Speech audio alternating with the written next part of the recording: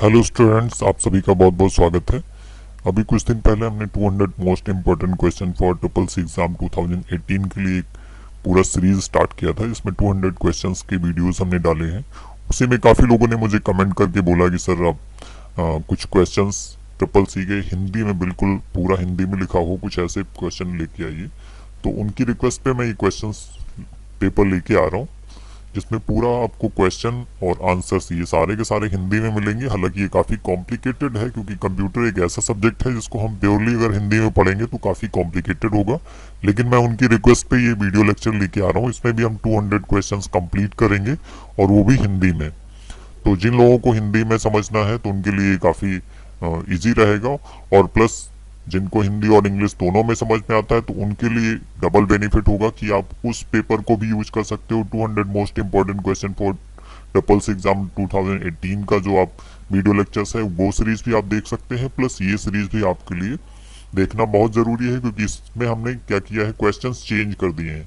जो उसमें क्वेश्चंस लिए थे वो अलग हैं और ये अलग हैं। तो इस तरीके से आपको टोटल 400 क्वेश्चंस मिल जाएंगे। तो 400 में से अगर आप देखेंगे तो मैं यहाँ पे सारे इंपॉर्टेंट क्वेश्चंस ही रख रहा हूँ। तो काफी ज्यादा चांसेस होगा कि आपकी जो प्रिपरेशन है वो काफी अच्छी हो जाएगी। तो ओके, मैं स्टार्ट करता हूँ।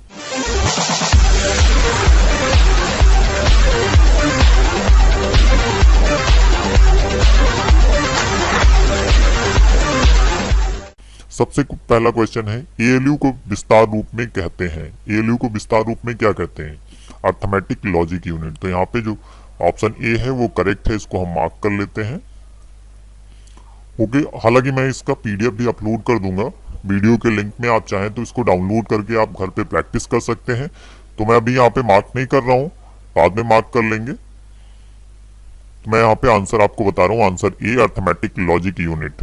अगला क्वेश्चन है, हाइब्रिड कंप्यूटर में प्रयोग होता है। तो हाइब्रिड कंप्यूटर हमारा डिजिटल और एनालॉग दोनों ही तरीके के सिग्नल्स यूज करता है। तो यहाँ पे ऑप्शन होगा डिजिटल पहला है, दूसरा एनालॉग। तो यहाँ पे जो आंसर है वो है सी, दोनों। अगला क्वेश्चन है हमारा, वह आदमी जो कंप्यूटर का जनक समझा जाता है। तो आपको पता ही होगा, मैंने अपने लेक्चर्स में बताया हुआ है कि जो चार्ल्स बेबेज हैं वो हमारे कंप्यूटर के जनक हैं एक तरीके से। तो यहाँ पे जो आंसर ए है वो चार्ल्स बेबेज करेक्ट आंसर है। अगला क्वेश्चन है, डेटा प्रोसेसिंग का अर्थ है। डेटा प्रोसेसिंग का अर्थ क्या होता है? तो यहाँ पे कुछ ऑप्शंस दिए हैं। डेटा संग्रह करना, मतलब स्टोर करना।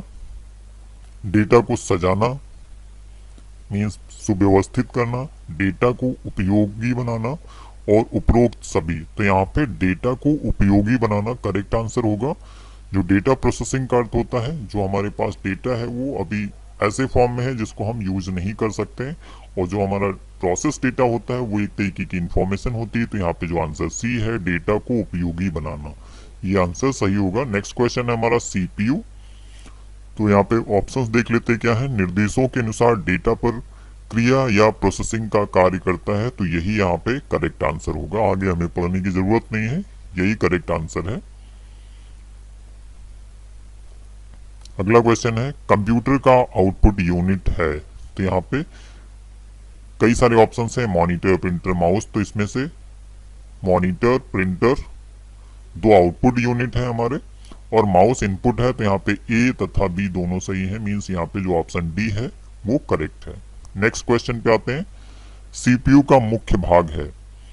कंट्रोल यूनिट, एएलयू, मेमोरी, उपरोक्त सभी। तो जैसा कि आप जानते हैं, सीपीयू में हमारा एएलयू होता है, कंट्रोल यूनिट जिसको हम सीयू बोलते हैं वो भी मिलेगा आपको, और प्लस मेमोरी होती है। तो यहाँ पे उपरोक्त सभी, आंसर डी उपरोक्त सभी, ये करेक्ट आंसर है इसका।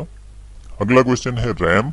तो रैम का फुल फॉर्म क्या होता है? Random access memory. तो यहाँ पे आपको पहला ऑप्शन हमारा रैंडम एक्सेस मेमोरी, ये करेक्ट आंसर है। अगले क्वेश्चन पे आते हैं, कंप्यूटर में फीड की गई सूचना को कहते हैं। तो कंप्यूटर में जो सूचना फीड की जाती है उसको बोलते हैं इनपुट या इन डेटा। जो डेटा होता है जब वो आउटपुट के फॉर्म में निकलता है तो उसको बोलते हैं इंफॉर्मेशन। मींस इंफॉर्मेशन का मतलब होता है प्रोसेस डेटा। तो यहाँ पे जो करेक्ट आंसर होगा वो होगा डेटा। ओके, तो नेक्स्ट क्वेश्चन है 10, निम्नलिखित में से कौन सी इनपुट डिवाइस नहीं है? तो यहाँ पे माइक्रोफोन हमारा इनपुट डिवाइस होता है जिसके थ्रू हम बात करते हैं, माइक होता है माइक्रोफोन। माउस ये हमारा पॉइंटिंग डिवाइस होता है, इसके थ्रू भी हम इनपुट देते हैं कंप्यूटर को। स्कैनर के थ्रू हम जो हार्ड कॉपी होता है उसको डिजिटल फॉर्म में कन्वर्ट करते हैं। मीन्स आप किसी भी हार्ड कॉपी के फोटो को डिजिटल में कन्वर्ट करके स्कैनर के थ्रू आप अपने कंप्यूटर में, लैपटॉप में स्टोर कर सकते हो। तो स्कैनर भी हमारा एक इनपुट डिवाइस है। तो यहाँ पे ये तीनों इनपुट डिवाइस हैं। तो यहाँ पे कोई भी उपरोक्त में से कोई नहीं, तो यहाँ पे कोई भी ऐसा नहीं है जो इनपुट डिवाइस ना हो, सारे के सारे इनपुट डिवाइस हैं। अगला क्वेश्चन है, इनमें से कौन सी सेकेंडरी स्टोरेज डिवाइस है? तो यहाँ पे secondary storage device CD ROM, पहले जो ऑप्शन दिया हुआ है वही करेक्ट है। सीडी रोम हमारा compact disc read only memory, इसका फुल फॉर्म होता है। तो ये हमारी एक्सटर्नल मेमोरी होती है, सेकेंडरी मेमोरी होती है। तो ये करेक्ट आंसर है। नेक्स्ट क्वेश्चन है, MICR का पूर्ण रूप मीन्स इसका फुल फॉर्म हमें बताना है। तो मैग्नेटिक इंक कैरेक्टर रीडर इसका फुल फॉर्म होता है। तो answer A, magnetic ink character reader is a correct answer. अगले क्वेश्चन पे आते हैं, सीडी रोम का पूर्ण रूप है। तो सीडी रोम का फुल फॉर्म होता है compact disc read only memory. तो यहाँ पे देखिए नीचे लिखा हुआ है compact disc read only memory. जो आंसर डी है वो करेक्ट आंसर है हमारा। अगला क्वेश्चन है, निम्नलिखित में से कौन सा इनपुट डिवाइस नहीं है? तो कीबोर्ड हमारा इनपुट होता है, माउस हमारा इनपुट डिवाइस होता है, स्कैनर हमारा इनपुट डिवाइस होता है, मॉनिटर हमारा आउटपुट डिवाइस होता है। तो यहाँ पे इस क्वेश्चन का आंसर है सी, मॉनिटर। अगले क्वेश्चन पे आते हैं, इनमें से कौन सी पॉइंटिंग डिवाइस नहीं है? तो पॉइंटिंग डिवाइस कई सारी होती हैं, जैसे माउस है, जॉयस्टिक है, लाइट पेन है, ये सारे हमारे पॉइंटिंग डिवाइस हैं। और पूछा गया है कौन सा पॉइंटिंग डिवाइस नहीं है, तो प्रिंटर एक हमारा आउटपुट डिवाइस होता है, तो ये हमारा पॉइंटिंग डिवाइस नहीं है। तो इस क्वेश्चन का आंसर है डी, प्रिंटर।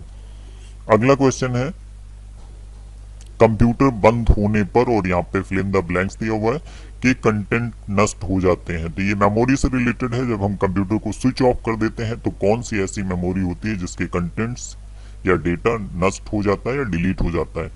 तो यहाँ पे क्वेश्चन पूछा गया है, स्टोरेज, इनपुट, आउटपुट, मुख्य मेमोरी। तो यहाँ पे जो मुख्य मेमोरी है वो मेन मेमोरी होती है जिसको हम रैम बोलते हैं। तो यहाँ पे आंसर डी करेक्ट है, मुख्य मेमोरी। तो इसको अगर एक बार इस तरीके से रीड करें, कंप्यूटर बंद होने पर मुख्य मेमोरी के कंटेंट्स नष्ट हो जाते हैं। तो यहाँ पे आंसर डी करेक्ट है। फिल इन द ब्लैंक्स दिया हुआ है, इससे रिलेटेड क्वेश्चन है, से गेम खेलना आसान होता है। तो गेम खेलने के लिए एक डिवाइस यूज करते हैं जिसको बोलते हैं जॉयस्टिक। तो यहाँ पे ऑप्शन बी करेक्ट आंसर है, जॉयस्टिक। अगला क्वेश्चन है, इससे आप प्रिंट को कंट्रोल कर सकते हैं। तो प्रिंट को कंट्रोल करने के लिए आप क्या करते हैं, ये शॉर्टकट की से रिलेटेड क्वेश्चन है। कंट्रोल पी जो शॉर्टकट की है वो यूज करते हैं प्रिंट को कंट्रोल करने के लिए। तो यहाँ पे करेक्ट आंसर है कंट्रोल पी। नेक्स्ट क्वेश्चन है, निम्नलिखित में से कौन सा आउटपुट डिवाइस नहीं है? तो यहाँ पे टच स्क्रीन इनपुट डिवाइस होता है, लेजर प्रिंटर आउटपुट डिवाइस है, डॉट मैट्रिक्स प्रिंटर एक कैटेगरी होती है, ये भी आउटपुट डिवाइस है, लाइन प्रिंटर ये प्रिंटर्स की कैटेगरीज हैं और तीनों के तीनों आउटपुट डिवाइस हैं। जबकि टच स्क्रीन क्या होता है, हमारा इनपुट डिवाइस होता है। तो यहाँ पे पूछा गया है कौन सा आउटपुट डिवाइस नहीं है, तो इसका आंसर है ए, टच स्क्रीन। अगला क्वेश्चन है, मेमोरी शब्द का संबंध किससे है? लॉजिक से, कंट्रोल से, इनपुट से, स्टोरेज से। तो मेमोरी हमारी क्या होती है, स्टोरेज होती है, जहाँ पे हम अपनी डेटा या इंफॉर्मेशन स्टोर करके रखते हैं। तो इस क्वेश्चन का जो करेक्ट आंसर है वो डी, स्टोरेज। अगला क्वेश्चन है, कंप्यूटर प्रोसेस द्वारा, फिल इन द ब्लैंक से रिलेटेड क्वेश्चन है, को इंफॉर्मेशन में परिवर्तित किया जाता है। तो यहाँ पे जो correct answer, number, input, process, processor, data. तो यहाँ पे input, answer B is a correct answer. Computer process द्वारा इनपुट को इंफॉर्मेशन में परिवर्तित किया जा सकता है या परिवर्तित करता है। तो यहाँ पे करेक्ट आंसर होगा बी, इनपुट। और इनपुट में कुछ भी हो सकता है, नंबर भी हो सकता है, डेटा भी हो सकता है, कोई कैरेक्टर भी हो सकता है, या कोई स्ट्रिंग हो सकती है, कुछ भी हो सकता है। तो यहाँ पे हम क्या बोलेंगे, इनपुट। कंप्यूटर प्रोसेस के द्वारा इनपुट को इंफॉर्मेशन में परिवर्तित करता है। अगला क्वेश्चन है, डेटा प्रोसेसिंग का अर्थ है। तो डेटा प्रोसेसिंग का अर्थ है, यहाँ पे देखते हैं, कंप्यूटर की कार्य प्रणाली, डेटा का संग्रहण, गणना, कार्य करना, वाणिज्यिक उपयोग के लिए जानकारी तैयार करना, जिसको हम बोलते हैं इंफॉर्मेशन। तो यहाँ पे करेक्ट आंसर है डी, वाणिज्यिक उपयोग के लिए जानकारी तैयार करना। जानकारी क्या होती है? एक तरीके की इंफॉर्मेशन होती है। तो डेटा प्रोसेसिंग में क्या होता है कि कई अलग अलग तरीके के डेटा को हम प्रोसेस करते हैं और उससे हमें एक जानकारी निकल के आती है। तो यहाँ पे आंसर है डी। नेक्स्ट क्वेश्चन है, कंप्यूटर में जाने वाला डेटा को, और यहाँ पे फिल इन द ब्लैंक्स दिया हुआ है, कहते हैं। तो कंप्यूटर में जो डेटा डालते हैं या जाता है उसको बोलते हैं इनपुट। तो इस यहाँ पे करेक्ट आंसर है सी, इनपुट। अगला क्वेश्चन है, कंप्यूटर क्या है? तो यहाँ पे कंप्यूटर इलेक्ट्रॉनिक्स मशीन है या डिवाइस है? तो यहाँ पे answer A, electronics machine, correct answer है इस क्वेश्चन का। नेक्स्ट क्वेश्चन है, कंप्यूटर की विशेषता एवं कार्य निम्नलिखित में से एक नहीं है। तो यहाँ पे जो ऑप्शंस दिए हैं उनमें से एक ऐसा ऑप्शन है जो कंप्यूटर के कार्य में नहीं आता है। तो कंप्यूटर, यहाँ पे ये काफी डिफिकल्ट वर्ड थे, मुझे समझने में काफी टाइम लगा इसको कन्वर्ट करने में हिंदी में। तो डेटा संकलन, इसको बोलते हैं डेटा कलेक्शन, डेटा संचयन, डेटा स्टोरेज, डेटा संसाधन, डेटा प्रोसेसिंग, डेटा निर्गमन, डेटा आउटपुट। तो यहाँ पे देखिए डेटा आउटपुट भी होता है, प्रोसेसिंग भी होती है, स्टोरेज भी होता है, लेकिन डेटा कलेक्शन नहीं होता है। तो यहाँ पे जो करेक्ट आंसर है वो है ए, डेटा कलेक्शन हमारा कंप्यूटर नहीं करता है, क्योंकि ये ह्यूमन के थ्रू किया जाता है और सिर्फ डेटा को स्टोर कर सकता है या प्रोसेस कर सकता है, या प्रोसेस डेटा को आउटपुट दे सकता है कंप्यूटर हमारा, डेटा कलेक्ट नहीं कर सकता। तो यहाँ पे आंसर ए, डेटा कलेक्शन या डेटा संकलन करेक्ट आंसर है।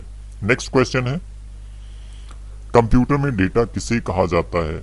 तो संख्या को, चित्र को, दी गई सूचनाओं को, निशान व संख्यात्मक सूचना को। तो यहाँ पे दी गई सूचनाओं को आप कह सकते हो, या फिर निशान जिसको हम सिंबल बोलते हैं, व संख्यात्मक सूचना को।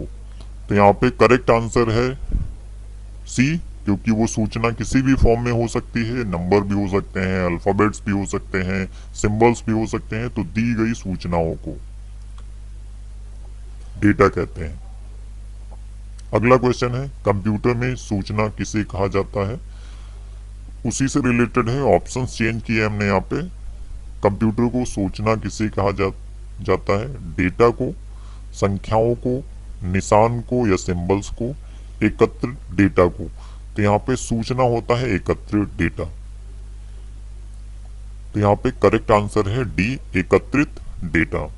अगला क्वेश्चन है, ऑपरेटिंग सिस्टम का अर्थ है। ऑपरेटिंग सिस्टम क्या होता है? एक तरीके का सिस्टम सॉफ्टवेयर होता है जो यूजर और हार्डवेयर के बीच में इंटरफेस प्रोवाइड करता है, प्लस जो हम अपने सिस्टम में अलग से सॉफ्टवेयर इंस्टॉल करते हैं जिनको हम एप्लीकेशन सॉफ्टवेयर बोलते हैं, उनको इंस्टॉल करने का एक प्लेटफॉर्म प्रोवाइड करता है। जैसे कि MS ऑफिस अगर हमें अपने सिस्टम में डालना है तो उससे पहले जरूरी होगा कि हमारे सिस्टम में कोई ना कोई एक ऑपरेटिंग सिस्टम हो, जैसे कि विंडोज, लाइनेक्स, यूनिक्स, इनमें से कोई एक होना चाहिए। उसके बाद हम MS ऑफिस या MS वर्ड इंस्टॉल कर सकते हैं। तो यहाँ पे ऑप्शंस देखते हैं क्या है। प्रोग्राम का एक सेट है जो कंप्यूटर की वर्किंग को कंट्रोल करता है। ठीक है, ये एक कंप्यूटर ऑपरेटर के काम करने का तरीका है। हाई लेवल लैंग्वेज को मशीन लेवल लैंग्वेज में कन्वर्ट करता है। फ्लॉपी डिस्क टाइप जिस तरह से ऑपरेट करती है वह तरीका है। तो ऑपरेटिंग सिस्टम क्या है? पहला ऑप्शन देखिए, प्रोग्राम का एक सेट है जो कंप्यूटर की वर्किंग को कंट्रोल करता है। तो यहाँ पे आंसर ए करेक्ट है। ओके, तो नेक्स्ट क्वेश्चन पे आते हैं। एक कंप्यूटर ऑपरेटिंग सिस्टम यूजर और यहाँ पे फिल इन द ब्लैंक्स दिया हुआ है के बीच में सॉफ्टवेयर इंटरफेस की तरह कार्य करता है। तो यहाँ पे एक कंप्यूटर ऑपरेटिंग सिस्टम यूजर और यहाँ पे क्या होगा, हार्डवेयर, जैसा कि मैंने बताया कि अभी यूजर और हार्डवेयर के बीच में हमारा जो ऑपरेटिंग सिस्टम होता है वो इंटरफेस प्रोवाइड करता है। तो यहाँ पे करेक्ट आंसर है hardware, C is a correct answer. Okay, तो नेक्स्ट क्वेश्चन पे आते हैं। 30, एक न्यू प्रिंटर को मैं प्रिंटर एंड फैक्स ऑप्शन द्वारा ऐड किया जा सकता है। अगर हमें प्रिंटर और फैक्स मशीन को ऐड करना होता है तो हम यहाँ पे किस ऑप्शन के थ्रू ऐड करते हैं? तो आपको यहाँ पे जो करेक्ट आंसर है वो है कंट्रोल पैनल। आप जब कंट्रोल पैनल ओपन करते हैं तो मैं आपको यहाँ पे दिखा रहा हूँ, कंट्रोल पैनल अगर आप ओपन करेंगे तो वहां पे आपको प्रिंटर और फैक्स ऐड करने का एक ऑप्शन मिलता है जहां से आप ऐड कर सकते हो। तो यहाँ पे देखिए काफी सारी लिस्ट है, इसमें से आपको दिखेगा ऐड प्रिंटर, ये देखिए डिवाइस एंड प्रिंटर एक ऑप्शन मिला, यहाँ से आप ऐड कर सकते हैं। जब इसको आप ओपन करेंगे तो आपको यहाँ पे प्रिंटर और फैक्स ऐड करने का ऑप्शन यहाँ से मिल जाएगा। तो यहाँ से आप ऐड कर सकते हैं। जैसे यहाँ पे एक ऑप्शन दिया है ऐड डिवाइस, इस पे आप क्लिक करेंगे तो ये सर्च करेगा अगर आपने कोई डिवाइस कनेक्ट कर रखा होगा और उसको ऐड करना है तो यहाँ पे आपको दिख जाएगा। यहाँ पे देखिए नीचे फैक्स दिया हुआ है और ये प्रिंटर्स दिए हुए हैं, तो यहाँ से आप ऐड कर सकते हैं। कहाँ से? कंट्रोल पैनल से। तो इस क्वेश्चन में देखिए जो करेक्ट आंसर है वो ए कंट्रोल पैनल। अगला क्वेश्चन है GUI का प्रयोग, और यहाँ पे ब्लैंक स्पेस दिया हुआ है के बीच एक इंटरफेस के रूप में होता है। तो यहाँ पे GUI का प्रयोग किस तरीके से होता है? GUI के प्रयोग से हम अपने हार्डवेयर के थ्रू इंटरेक्ट हो सकते हैं, मीन्स अपनी मशीन को यूज कर सकते हैं। तो GUI का प्रयोग मानव और मशीन के बीच एक इंटरफेस के रूप में होता है। तो यहाँ पे करेक्ट आंसर है बी मानव और मशीन। अगला क्वेश्चन है कंप्यूटर का दिमाग कहलाता है, तो कंप्यूटर का दिमाग जिसको बोलते हैं CPU। तो यहाँ पे answer A CPU is a correct answer. अगला क्वेश्चन है विंडोज में डिस्क ड्राइव सामान्य तरीके से डिलीट की गई फाइल्स और यहाँ पे फिल इन द ब्लैंक्स में जाती हैं।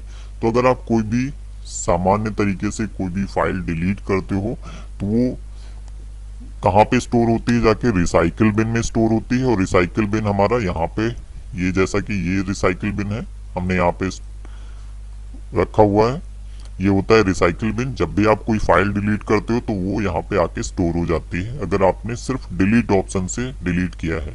तो यहाँ पे राइट क्लिक करके अगर आप डिलीट का ऑप्शन आता है उससे अगर आप डिलीट करते हो तो डायरेक्टली हमारे रिसाइकिल बिन में जाता है। यहाँ पे देखिए डिलीट ऑप्शन है, और अगर आपने कंट्रोल शिफ्ट प्लस डिलीट के थ्रू अगर डिलीट करेंगे, मान लीजिए इसको हमने इस पे क्लिक किया और यहाँ पे शिफ्ट और डिलीट का ऑप्शन प्रेस करेंगे तो ये रिसाइकिल बिन में नहीं जाएगा, डायरेक्टली परमानेंटली हमारे सिस्टम से डिलीट हो जाएगा। तो यहाँ पे वो फाइल कहाँ जाती है? अगर सामान्य तरीके से डिलीट की गई है तो वो जाती है रिसाइकिल बिन। यहाँ पे correct answer A recycle bin. Okay, तो अगला क्वेश्चन है शॉर्टकट आइकन के संदर्भ में इनमें से कौन सा स्टेटमेंट गलत है? तो शॉर्टकट क्या होता है पहले मैं वो बता दूं। देखिए यहाँ पे ये आइकन्स हैं और जहां पे इस तरीके का एरो दिखता है उसको बोलते हैं शॉर्टकट। तो यहाँ पे काफी सारे एप्लीकेशंस होंगे जिसमें आपको शॉर्टकट दिखेगा। शॉर्टकट एक तरीके से जो हमारा मेन प्रोग्राम होता है वो किसी दूसरी लोकेशन पे स्टोर होता है और उसका एक एड्रेस यहाँ पे आइकन के फॉर्म में हम कहीं भी ऐड कर सकते हैं, डेस्कटॉप पे ऐड कर सकते हैं या किसी दूसरी जगह पे ऐड कर सकते हैं। तो वहां पे अगर इस तरीके का एरो दिख रहा है इट मीन्स ये शॉर्टकट है। ठीक है, तो इस शॉर्टकट को बनाते कैसे हैं? क्योंकि हमारे सारे प्रोग्राम्स अगर आप स्टार्ट मेन्यू पे क्लिक करेंगे तो ऑल प्रोग्राम्स यहाँ पे दिखेंगे। आप इस पे जब राइट क्लिक करते हैं, मान लीजिए यहाँ पे किसी को राइट क्लिक करेंगे, यहाँ पे राइट क्लिक करते हैं तो यहाँ पे क्रिएट शॉर्टकट दिख रहा है। अगर हम ऐसा कुछ करेंगे तो ये डेस्कटॉप पे आके क्रिएट हो जाएगा। ये देखिए यहाँ पे आ गया होगा गेम, यहाँ पे कहीं दिखेगा, अभी ऐड हो रहा है। ये देखिए यहाँ पे गेम का एक शॉर्टकट आ गया। ओके, तो नेक्स्ट क्वेश्चन है, इसी क्वेश्चन को एक बार फिर से रीड कर लेते हैं। शॉर्टकट आइकन के संदर्भ में कौन सा स्टेटमेंट गलत है? शॉर्टकट को ड्रैग एवं ड्रॉप द्वारा बनाया जा सकता है। बिल्कुल बना सकते हैं। अगर मैं यहाँ से इसको डायरेक्टली ड्रैग करके डेस्कटॉप पे डाल देता हूं तब भी ये शॉर्टकट हमारा बन जाएगा। अगला ऑप्शन है शॉर्टकट को कट एवं पेस्ट तरीके से बनाया जा सकता है। नेक्स्ट क्वेश्चन ऑप्शन है शॉर्टकट को शॉर्टकट विजर्ड के द्वारा बनाया जा सकता है, उपरोक्त में से कोई नहीं। तो यहाँ पे जो करेक्ट इनकरेक्ट ऑप्शन है या इस क्वेश्चन के हिसाब से जो करेक्ट आंसर है वो है हमारा बी, शॉर्टकट को कट एवं पेस्ट तरीके से नहीं बनाया जा सकता। आप उसको कट करके और कहीं पे चाहें कि पेस्ट कर दें तो उस तरीके से आप शॉर्टकट नहीं बना सकते हैं। उस तरीके से हम अपनी फाइल्स को एक जगह से दूसरी जगह पे मूव कर सकते हैं। ओके,